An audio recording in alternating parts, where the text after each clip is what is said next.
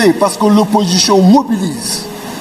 Mais maintenant, il veut que tous les actes, il veut que toutes les bavures incontrôlées parfois par l'opposition, qui vont s'en découler, que ces actes-là soient qualifiés d'actes terroristes, pour pouvoir infiltrer nos manifestations, procéder à des arrestations, arrêter des opposants, les écarter à la présidentielle, comme il a eu à le faire par ailleurs en 2019.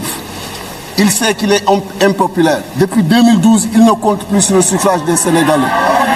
Depuis 2012, il compte sur la loi pour se maintenir. En 2019, l'introduction du parrainage l'a permis de rester. En 2019, la loi électorale pour arrêter des opposants, les écarter après 5 ans d'emprisonnement, l'a permis de se maintenir.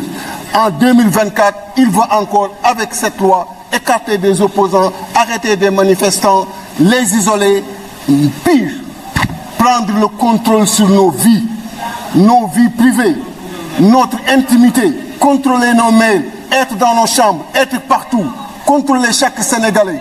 Cette clé, jamais les Sénégalais ne lui donneront.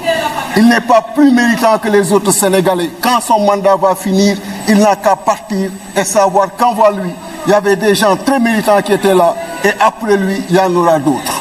Qu'il sache, et c'est le lieu de féliciter votre directeur des prisons que je lis par moment dans la presse avec la gestion de la Covid, mais dire au directeur des prisons, vous n'avez qu'à construire d'autres prisons parce que nous allons venir, nous ne laisserons pas le président Macky Sall continuer cette forfaiture, nous allons nous dresser contre lui parce que ce pays ne lui appartient pas. Je vous remercie. Je vous remercie. La parole est à